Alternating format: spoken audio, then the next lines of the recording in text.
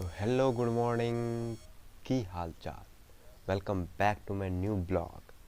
तभी देख रहा छे सुबह सुबह के टाइम छे और उठ गेलिए और बाकी हमरा सामने में देख रहा छे ये छे नक्शा जरा हम एहि कात से ओहि कात आ ओहि कात से एहि कात देख रहा छी।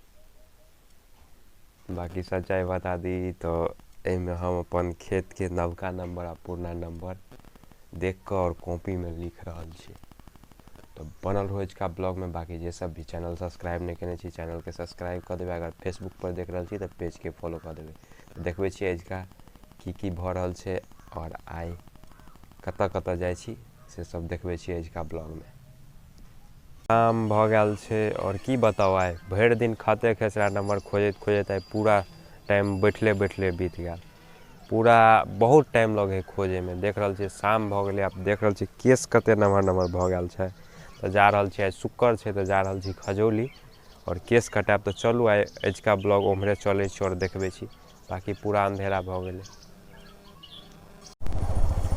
तभी देख रहल छे पूरा अंधेरा भ गेल छे और जा रहल छी खजौली और बाल कटवे के गेहूं पिसवे के छले दुआरे रुक गेलिए।